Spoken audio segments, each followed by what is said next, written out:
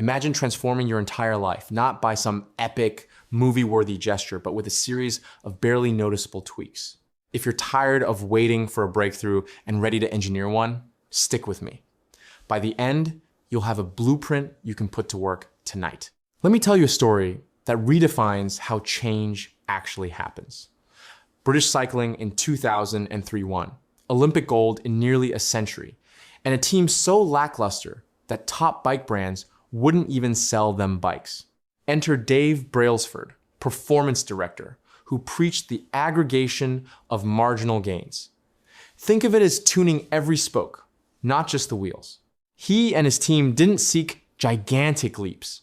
Instead, they obsessed over 1% improvements everywhere. Seat comfort, tire grip, heated shorts, custom mattresses, details most of us dismiss. Now, you might be thinking, isn't that overkill? But here's the twist. When you add up dozens of tiny upgrades, the result isn't just better, it's world-class. Within 5 years, these small changes fueled 60% of Olympic cycling golds in Beijing, shattered records in London, and delivered 5 Tour de France wins in 6 years. We've all seen the highlight reels, but rarely the rehearsal room, the hundreds of micro adjustments that compound behind the scenes. So ask yourself, what's the paint the truck white version in your own life? Where could a 1% nudge add up to a tidal wave? If champions are built, not born, the toolkit is right under your nose. Remember, in cycling as in life, the smallest cogs often drive the biggest gears. Here's a truth that's both liberating and maddening. Small habits rarely feel powerful in the moment. If you lift weights thrice, you're not suddenly ripped. Save $5 and you're not a millionaire. So why bother? Because habits are the compound interest of self-improvement. Just as your money multiplies through accrual, your actions snowball across time. Now, you might ask, why don't we see change faster? Think of the trajectory principle if a plane veers just 3.5 degrees off course, leaving LA. It lands in DC, not New York. The adjustment feels trivial at takeoff. The destination is a world apart by landing. Here's the conflict. We crave fast feedback. Our brains want instant dopamine, but transformation is delayed gratification. The impact of one salad is invisible. The impact of salad every day is staggering. This is the lagging measure effect your current results are echoes of habits repeated yesterday, last week, last year. So what do we do when it feels like nothing's changing? The answer is to trust the math, not the mood. 1% better accumulates, 1% worse does too. Your future self is shaped not by a handful of heroic efforts, but by the sum of tiny, often boring choices. Maybe today, the scale doesn't budge, but you just cast another vote for your healthiest, most resilient self. That's progress you can bank on. Let's challenge a myth that goals are the one-way ticket to achievement. Now, don't get me wrong, goals set the direction, like a GPS pin, but systems are the vehicle. You might ask, if everyone wants to win, why do so few succeed? Because winners and losers often share the same goals. What separates them is the process they follow daily. Consider the difference. A goal is running a marathon, but the system is training schedule, sleep, nutrition, recovery. In technical terms, this is about process orientation, a relentless focus on inputs, not just outcomes. It's the difference between cleaning your room once and becoming a tidy person. Now here's the catch. Goals can even backfire. Achieve one, and you relax, falling into the yo-yo effect. Or you tie happiness to a finish line, never enjoying the journey. Systems, in contrast, make progress sustainable and satisfaction available every step. So next time you're tempted to obsess over results, ask, what daily practice will make success inevitable? Are you building a scoreboard or a repeatable playbook? When the process is rewarding, results become a byproduct.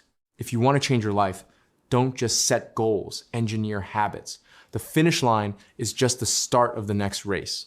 Why do bad habits seem to stick while good ones slip away? The answer lies deeper than goals or routines. It's your identity. Now, you might be thinking, isn't that just positive thinking? Not at all. It's about casting votes for the person you want to become, one behavior at a time. Behavior change works best from the inside out. Consider 3 layers. Outcomes, what you get; processes, what you do; and identity, what you believe. Most people chase results without upgrading their self-image. But lasting change happens when your actions align with your identity. For example, say, "I'm not a smoker," instead of "I'm trying to quit." Each time you make your bed, you reinforce being organized. Every workout, you embody an athlete. This is called feedback loop reinforcement. Your habits shape your identity, and your identity shapes your habits. It's a virtuous or vicious cycle. So, the two-step process is simple but profound. Decide who you want to be, then prove it with small wins. Don't worry about perfection. A majority of votes is enough to elect a new you. On any given day, you may slip, but over time, you become the story you keep telling yourself. Make sure it's one worth living. Ready to get practical? The science of habit boils down to 4 repeatable steps: cue, craving, response, reward.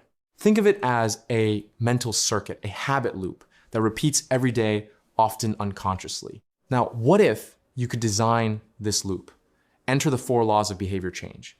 Make it obvious, make it attractive, make it easy, make it satisfying. These are your levers. For example, if you want to start running, lay your shoes out.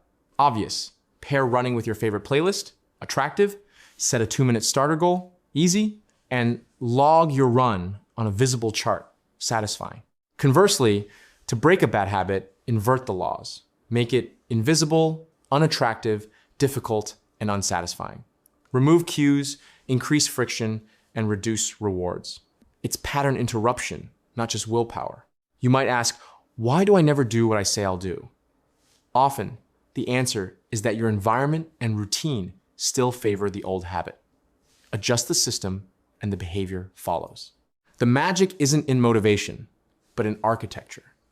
Every habit is a solution engineered for your unique life. The question is, are you engineering wisely? Let's bring it all together. What are the 3 takeaways from this chapter?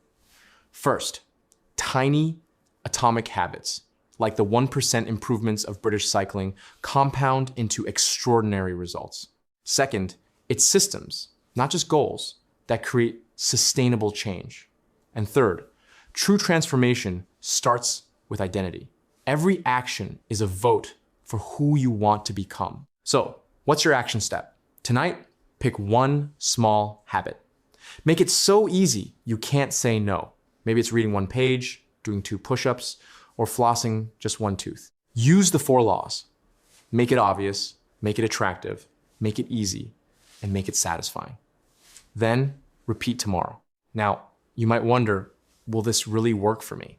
Remember, breakthroughs are built on a foundation of invisible effort. The ice cube melts only when the room hits 32 degrees, not before. Your habits are the tectonic shifts beneath your own personal earthquake. So, ready for a future where good habits happen on autopilot? Okay, let's go to the first law. Have you ever walked into a room and just felt something was off without any clear reason? Or maybe you found yourself halfway through a bag of chips without even realizing you opened it. It's because your brain is quietly running the show behind the scenes.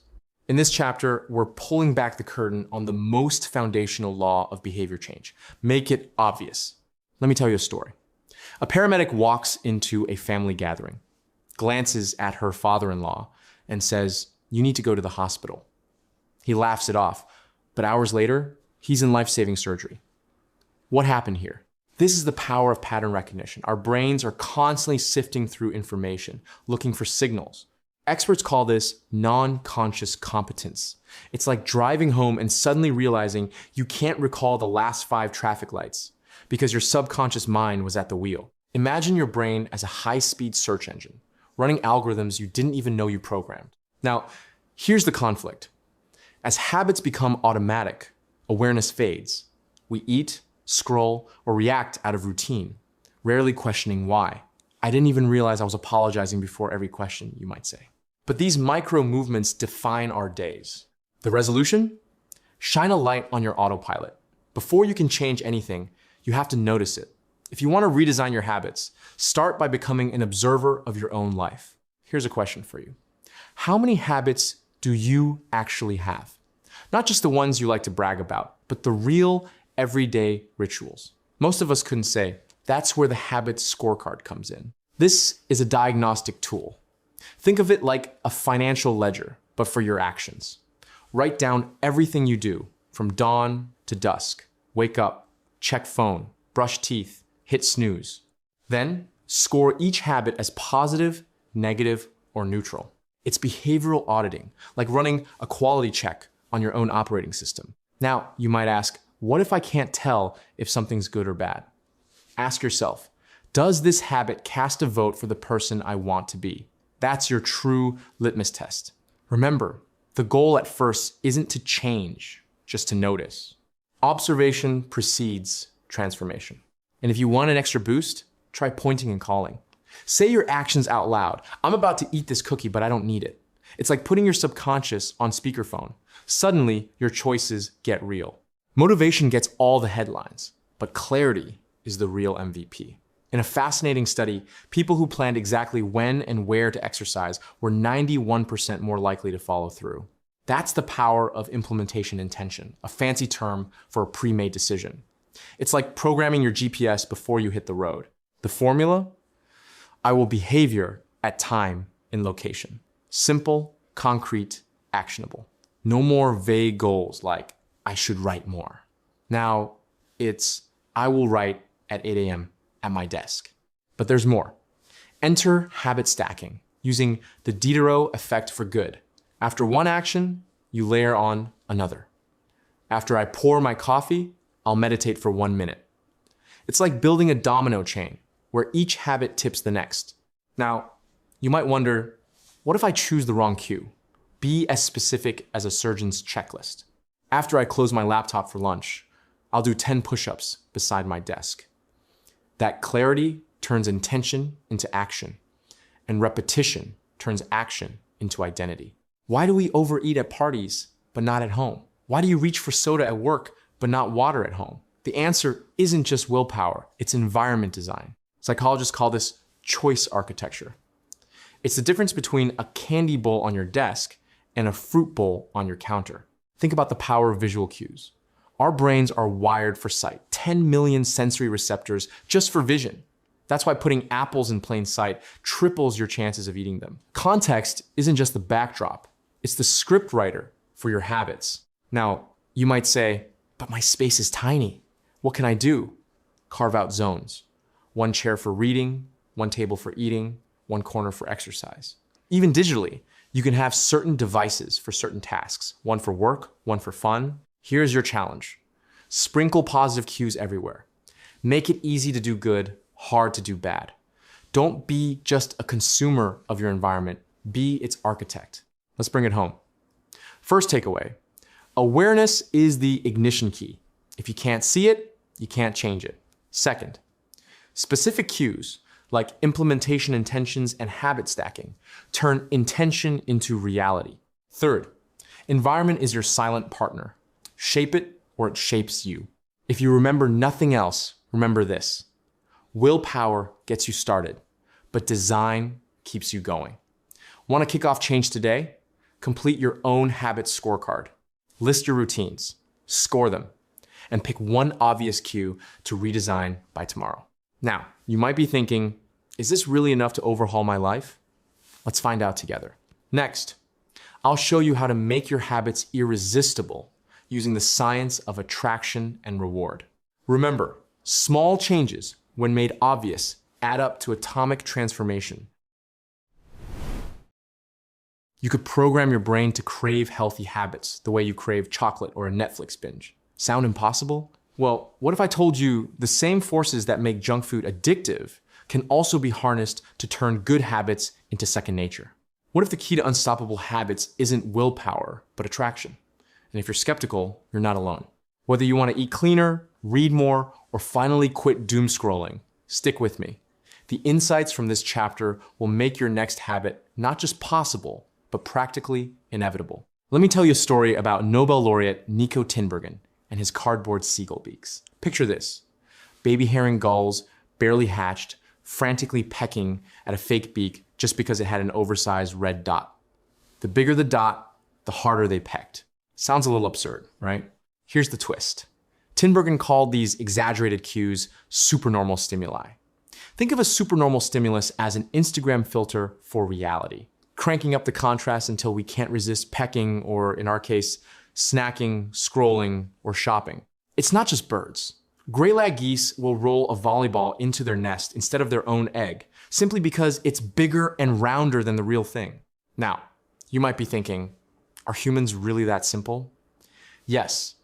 In many ways, junk food, social media, and binge-worthy TV shows are all engineered to light up your brain's ancient reward centers, what food scientists call orosensation, that perfect mouthfeel and dynamic contrast, like the crispy, creamy magic of an Oreo.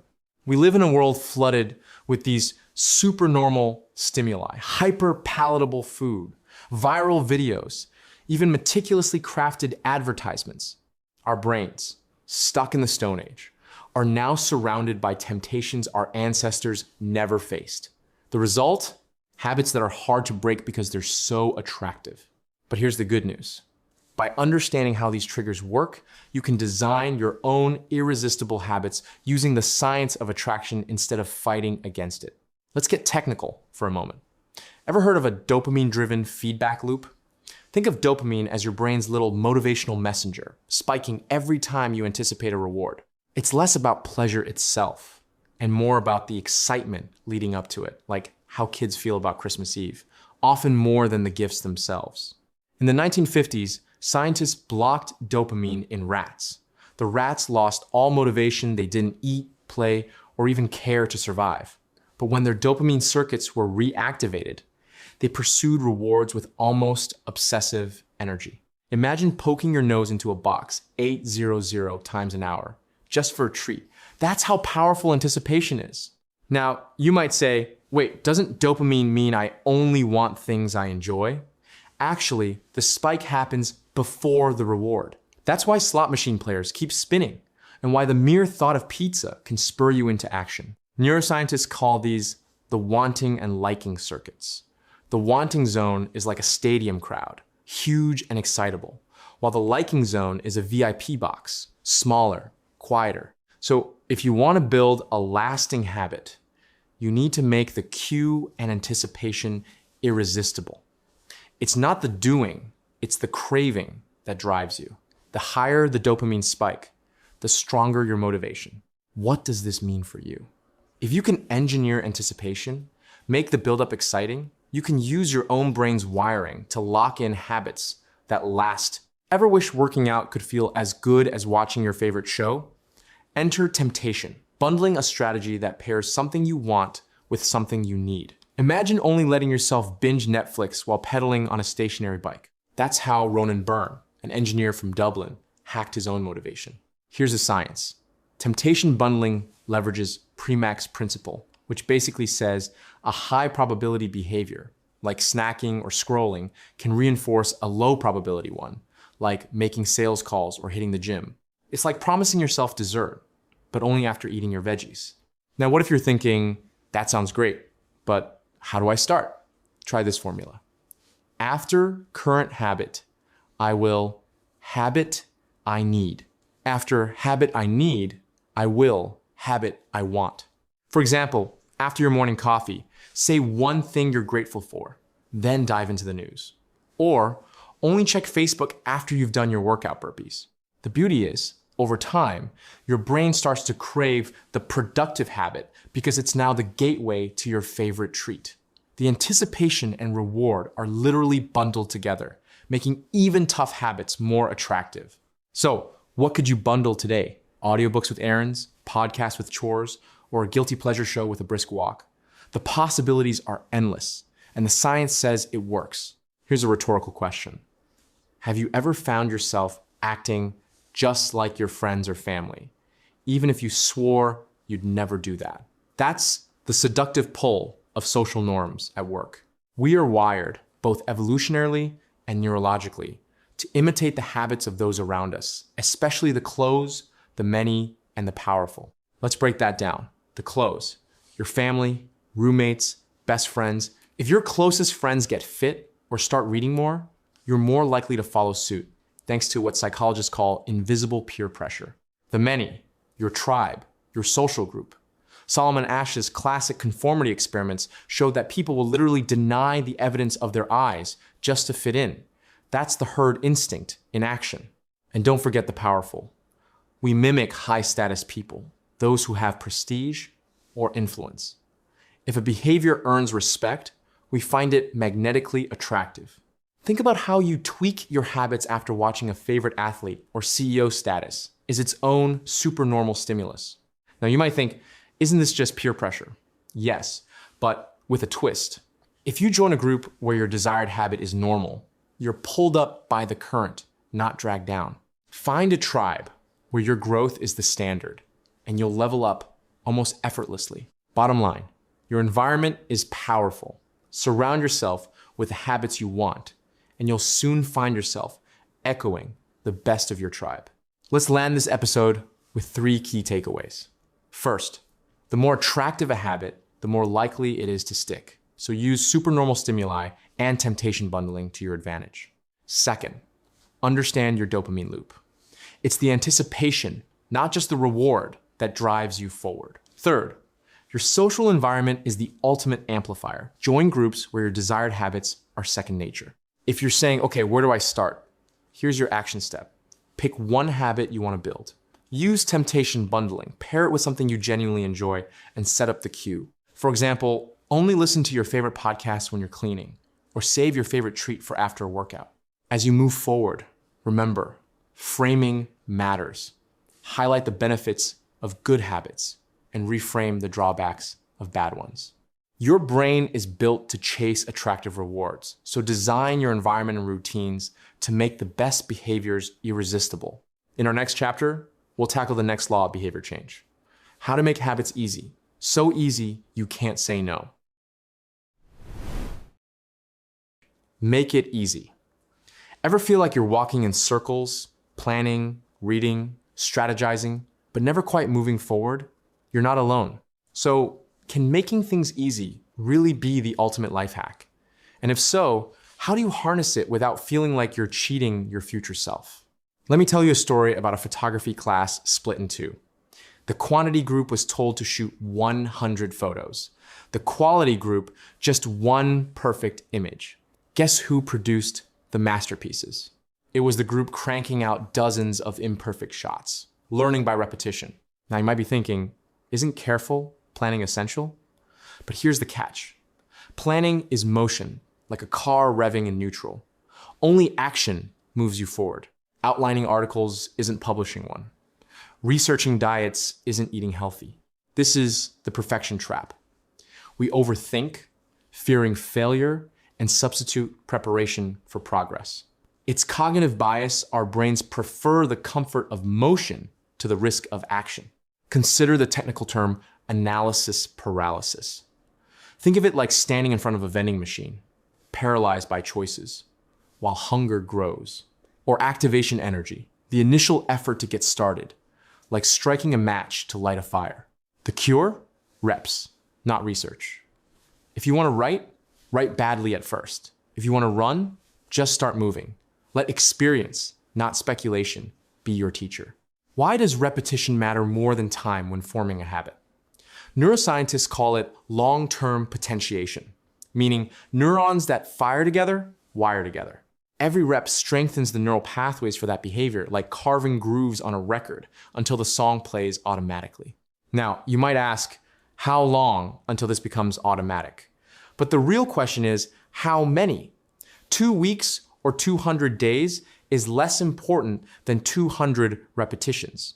Frequency, not calendar time, dictates habit formation. The technical term here is automaticity, when a behavior slips from conscious effort to unconscious execution. Picture learning to drive. At first, every gear shift is a mental math problem, but with practice, you do it on autopilot. Want proof? MRI scans show musicians and mathematicians literally reshape their brains through practice. London taxi drivers' hippocampi expand with years of navigation. So here's the actionable. Don't obsess over perfect streaks. Just show up, repeat, and let biology do the heavy lifting. Your brain is built to reward what you repeat. Let's talk friction, the tiny bits of resistance that shape every choice, often without us noticing. Anthropologist Jared Diamond showed how even agriculture spread faster east-west across Eurasia than north-south in the Americas simply because it was easier. Are you struggling to keep up with a workout routine or prep healthy meals? Maybe the problem isn't you, but your environment. The law of least effort says we'll always default to the path requiring the least energy, think water, seeking the lowest ground.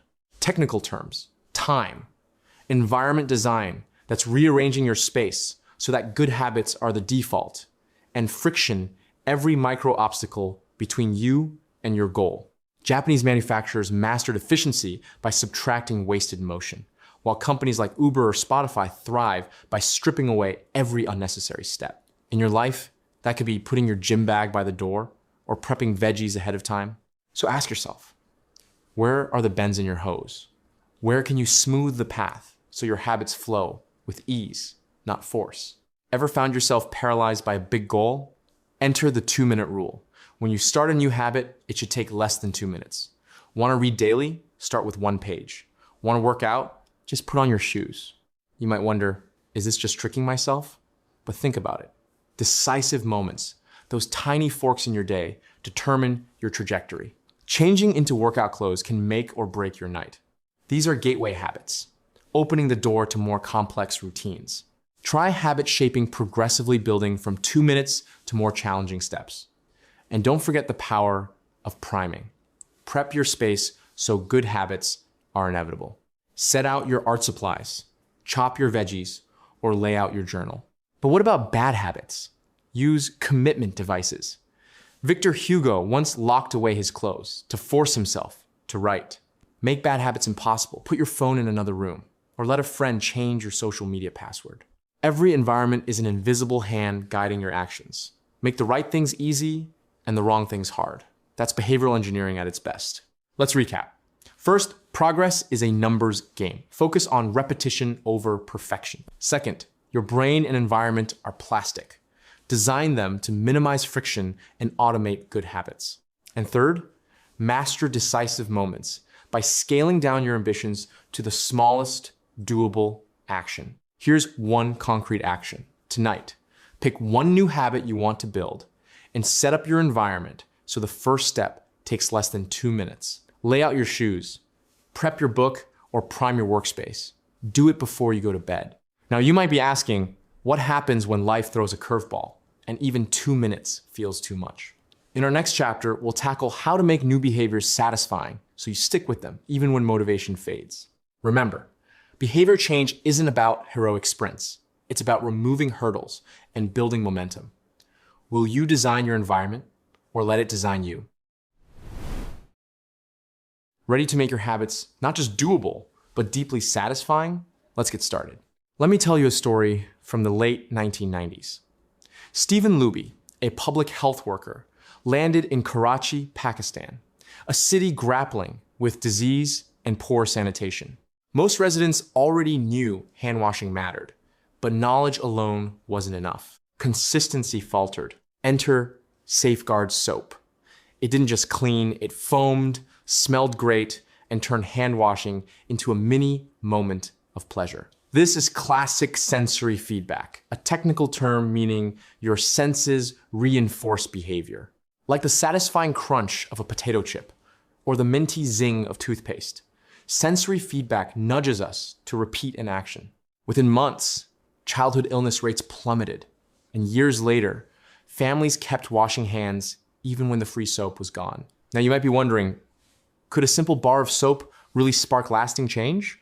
The answer is yes, because satisfaction is a powerful teacher. Ask yourself, where can you inject pleasure into your own routines? What if the healthy meal you prepare genuinely excites your taste buds? The lesson here: habits stick when the experience feels good, even in small ways. Make it sensory, make it satisfying. Here's a thought experiment. Picture yourself as a lion on the savannah. Every choice, eat, run, sleep, has immediate consequences. Now flip back to your human reality.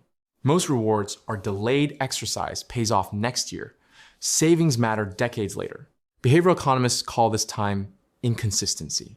Like a kid choosing candy now over vegetables for later health, our brains prioritize instant gratification. The neocortex, our higher thinking region, still craves those quick hits of pleasure. So when you vow to quit smoking, eat healthy, or save money, your future self is hopeful, but present you wants the easy win. That's why bad habits feel so good in the moment and so bad down the road. Now you might be asking, how can I trick my brain into valuing long-term rewards? The answer? Add immediate pleasure to good habits and immediate pain to bad ones. Think of instant rewards like a turbo booster for your habits. You want the ending of your routine to feel like crossing a finish line, not like slogging through mud. Let's switch gears to concrete tactics. In Canada, a rookie stockbroker named Trent Dersmid used 2 jars of paper clips to track his calls, moving 1 clip for each call made. Visual feedback, a technical term, works like a scoreboard. You instantly see progress. Habit tracking is the next power move. Marking an X on a calendar, logging meals, or crossing off to-do lists.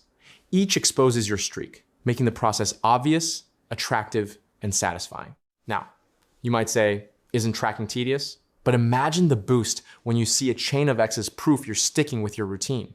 That tiny win is immediate reinforcement. Visual measurement is like a progress bar on your computer. It's motivating and keeps you honest. On tough days, it reminds you how far you've come. And on good days, it keeps the momentum alive. So ask yourself, what visual cue could make your habits more satisfying? A marble jar, a habit tracker app, or a simple journal, all can transform abstract progress into concrete satisfaction. Let's talk about the flip side, making bad habits unsatisfying. Harvard's Roger Fisher once proposed a radical idea to make the consequences of nuclear decisions painfully immediate. The lesson? Pain, when swift and concrete, changes behavior. Enter accountability partners and habit contracts. These are social cost mechanisms, technical terms for systems that attach immediate consequences to your actions. Imagine promising your friend you'll go to the gym, and if you miss, you pay $50. Now you might wonder, isn't that extreme? But ask yourself, how much more motivated would you be if your slip-ups weren't just private, but public and costly? Habit contracts make your promises visible and the pain of breaking them real. The moment your behavior falters, you feel the sting, nudging you back on track. If you want to break a bad habit, don't just rely on willpower. Attach a consequence. Make it unsatisfying instantly and watch your behavior shift. So, what have we learned? First, habits stick when the experience is satisfying. Second, immediate rewards, whether sensory, visual, or social, are the secret sauce. Third, tracking progress and attaching consequences make habits resilient. Here are your 3 key takeaways. 1, reinforce good habits with instant pleasure. 2, use visual tracking to make progress tangible. 3, add social accountability to make slip-ups costly. Your action step? Start a habit tracker this week. Choose 1 habit, anything from reading nightly to daily walks, and mark your streak. Make the ending satisfying. You could pinpoint the difference between being merely good and truly great and actually use it to transform your life. Let's set the stage. Imagine Michael Phelps swapping the pool for a track, racing against Hicham El Guerrouj, Olympic gold medalist in middle distance running. Both are legends. But what if they switch sports? Would raw talent and fierce discipline be enough?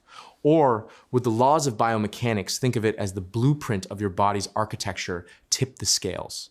Before we dig into the science, ask yourself, are you setting yourself up to win or grinding in the wrong arena?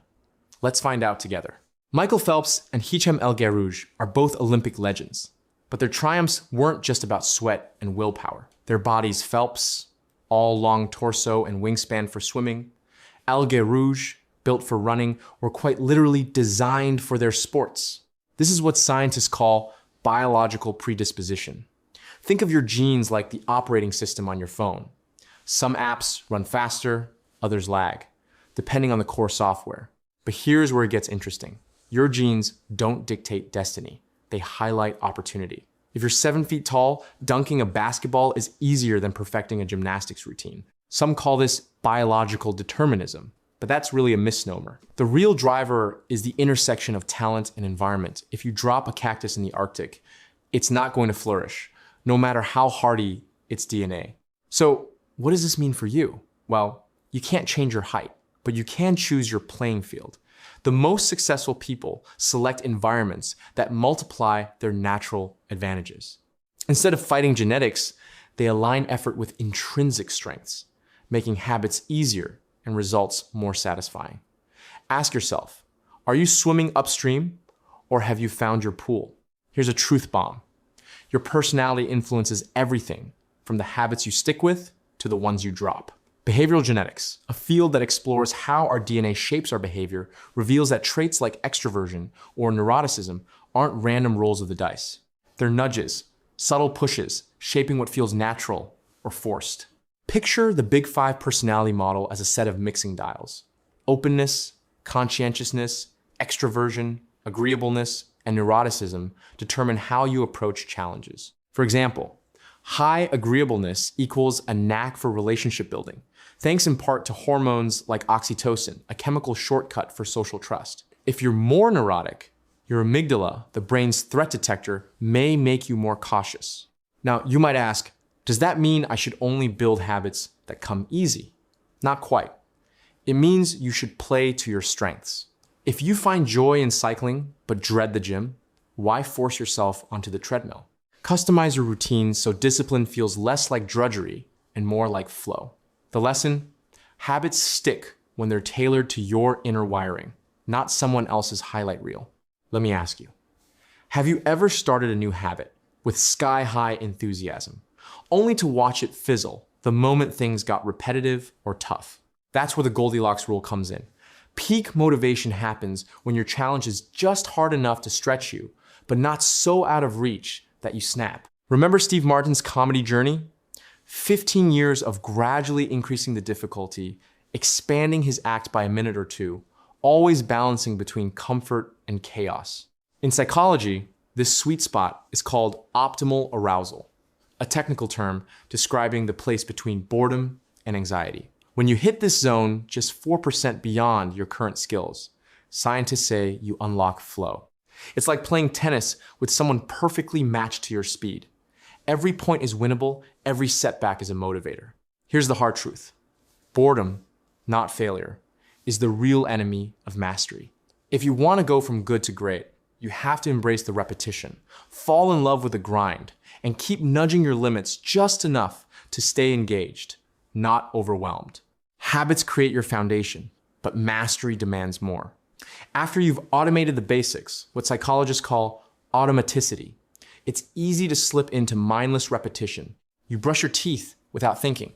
But real growth happens when you deliberately practice, layering new skills atop the old. Consider the Los Angeles Lakers under Pat Riley. They didn't just rely on talent or the muscle memory of past wins. They tracked their career best effort scores, a composite of stats plus hustle plays, setting the expectation for a 1% improvement each season. That's what Kaizen, the philosophy of continuous improvement, looks like on the court. Their secret wasn't just working hard, it was constantly reviewing, reflecting, and adjusting. Here's a question. Are you simply clocking reps, or are you actively refining your habits? Build in systems, yearly reviews, decision journals, coach feedback to keep yourself honest. Otherwise, you risk the slow slide from excellence to mediocrity, all while thinking you're still improving. Let's wrap today's journey. What does it really take to go from good to great? First, your genes don't dictate your destiny. They reveal where you stand the best chance to excel. Second, tailor your habits to your natural personality, and you'll find sticking with them feels more like a privilege than a chore. Third, greatness lies in the Goldilocks zone. Challenge yourself just enough to stay engaged, not enough to burn out. Here's your action step. This week, take a hard look at your routines. Ask yourself, what comes easy and energizes me? And where am I pushing against the grain? Where can I tweak my environment? or challenged to hit that sweet spot of motivation. Remember, success isn't just about clocking hours. It's about strategic self-discovery and intentional evolution. If you found value today, share this video with a friend or leave a review. Until next time, keep seeking that edge where your ambition and your unique wiring meet.